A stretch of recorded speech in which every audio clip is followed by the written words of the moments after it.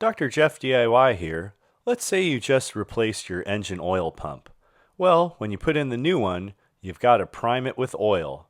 I'm going to show you one method of doing that here by disconnecting the ignition coil and basically using your starter to prime the pump. This worked out a lot better for me than just spinning it by hand, which is what the instructions that came with my oil pump told me to do. But as you can see, I didn't really get any oil pressure that way.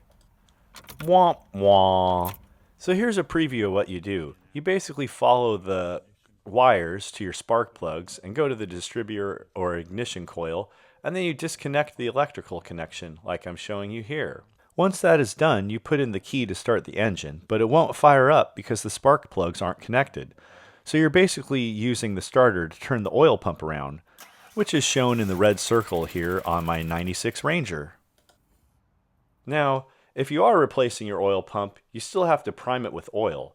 A mechanic I spoke to actually said that you should use engine building oil lubricant, which is thicker grade, but I had just used actual engine oil, and it did work. So you got to put your oil pump back in, of course, which you've already done. And this footage is from my oil pump replacement video on my 96 Ranger. Check out the link for that.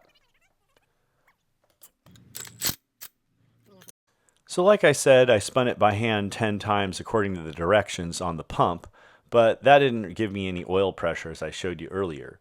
So here's what I did. First, disconnect the negative battery terminal cable.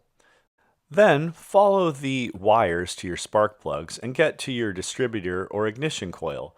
You will find a large electrical connector at the base of it. Every vehicle is a little different, but the principle is the same. Then you disconnect this connector. This prevents the engine from firing because you won't be igniting the gas in the cylinder chamber. Here on my vehicle, I had a second distributor ignition coil in the back, and I removed that cable as well. After this, I shut off the engine and I went back and disconnected the negative battery cable, then reconnected the ignition coils and reconnected the battery cable. On my first attempt, I still didn't get enough oil pumped up to prime the engine. So I turned it off, waited a few seconds, and then I started again. And look! Pow! It worked! Now, an alternative method, if you plan ahead of time and haven't already put the belt back on and hooked up all the components in your engine, would be to simply put a socket on the bolt over your engine pump and hook it up to a drill and spin it around. For more DIY automotive videos, click the link for my playlist above. I hope you enjoyed this video. If it helped you out, give it a like. Consider subscribing. This is Dr. Jeff DIY. I'll see you the next time something needs to get done.